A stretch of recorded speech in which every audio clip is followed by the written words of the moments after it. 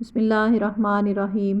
حضرت ابو ہریرہ رضی اللہ تعالیٰ عنہ فرماتے ہیں کہ حضرت عمر بن خطاب رضی اللہ تعالیٰ عنہ لوگوں کو جمعے کے دن خطبہ دے رہے تھے کہ حضرت عثمان بن عفان رضی اللہ تعالیٰ عنہ تشریف لائے، تو حضرت عمر نے ان سے فرمایا کہ ان لوگوں کا کیا حال ہوگا جو اذان کے بعد دیر سے آتے ہیں؟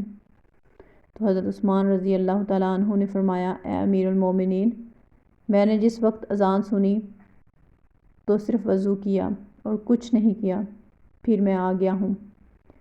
حضرت عمر رضی اللہ تعالیٰ عنہ نے فرمایا، صرف وضو ہی؟ کیا تم نے رسول اللہ صلی اللہ علیہ وسلم کو فرماتے ہوئے نہیں سنا کہ جب تم میں سے کوئی آدمی جمعے کے لیے آئے تو اسے چاہیے کہ غسل کرے؟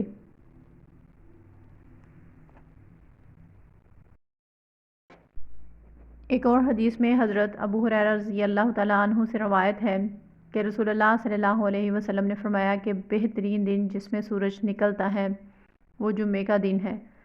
اسی دن میں حضرت آدم علیہ السلام پیدا کیے گئے اور اسی دن میں ان کو جنت میں داخل کیا گیا اور اسی دن میں ان کو جنت سے نکالا گیا۔